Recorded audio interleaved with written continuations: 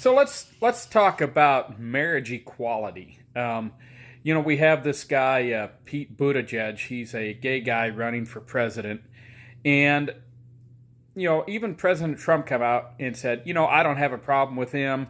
Uh, he thinks it's great. They say it's progress, and but let's look at what this quote progress, what marriage equality really means, and I want you to think about this with a very open mind. I don't care if you're pro-gay marriage or anti-gay marriage. Let's look at what marriage equality means. Truly equality. Because I believe marriage is between one man and one woman. But even beyond that, marriage is a standard established by the state. You get a state-issued marriage license. And we know the Supreme Court said what they said. I wholeheartedly disagree with it because now you've set yourself up. If you say equality, then, and marriage is a right, then who can you deny that to? And what I mean by that is if you say that we should have equality in marriage, then you have to be in favor of bigamy. You have to be in favor of polygamy.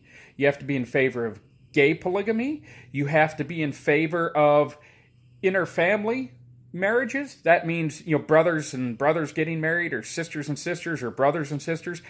Because if you're not in favor of that, then you're a bigot, just like homosexuals accused straight people who believed in traditional marriage of being bigoted. That makes you a bigot. If you're going to tell two brothers they can't get married, well, that's incest.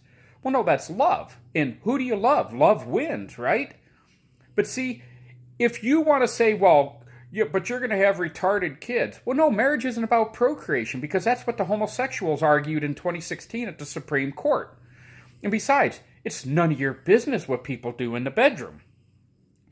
So here's my question. If you are not in favor of polygamy and interfamily marriages and gay polygamy and everything else, if you're trying to set any type of limit on marriage, then you're a bigot. Okay? You're the same bigot as you accuse me of for believing in traditional marriage. It's just you have a lower standard. And that's just the truth. And I want you to really think about that because you either have to believe in marital anarchy, which is anybody can get married for anything, or you believe in having, a standard. And if you believe in a standard, then a standard doesn't mean that you're bigoted. You just have a standard. Like, I don't want 17, 16, 15, 14, 13-year-olds getting married to 30-year-olds, okay? Now, I'll make the argument for you. Well, what knowledge do you get the day you turned 18 you didn't have the night before at age 17? Well, the answer, of course, is nothing. Well, then why not let 17-year-olds get married? And if, okay, well then 17. Well, what knowledge do you get the day you turned 17 you didn't have at 16? Okay? Well, then why not get married at 16? Are you saying that every 18-year-old is more mature than every 16-year-old? Of course, we know that's not true. But see, we discriminate based on age. But you can call that discrimination. I say it's a standard. But this is the nonsense that's being perpetuated. And I'll even tell you, Donald Trump is wrong on this issue. Now look, if a state wants to have gay marriage, that's up to that state. But there shouldn't be some Supreme Court ruling that made it, because now the Supreme Court is going to have to use their bigotry, their moral bigotry, to say that polygamists can't get married, that siblings can't be married. That's bigoted, okay? And all you're using is your prejudice to deny them, since you believe in marriage equality and you can't have a standard, that states can't have standards. But you see the slippery slope that you go on with this whole gay marriage nonsense and a Supreme Court that has ruled on it? That's my biggest thing. I believe one man and one woman. In the state I live in, we should be able to determine what we want for our standard. And that's my position. If San Francisco wants gay marriage, which they even voted it down as a state, but they should be able to have it if that's how they want to do it. But now this brings another question. If California allows gay marriage and another state doesn't, let's just say, Texas does not allow gay marriage.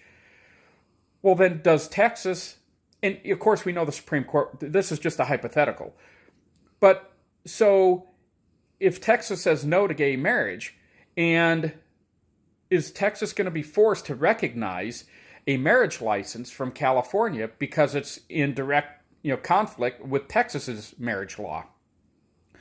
And if you say, well, yeah, because we have to do that, well, then my question would be well, then why shouldn't New York have to accept Texas concealed carry license to carry a firearm?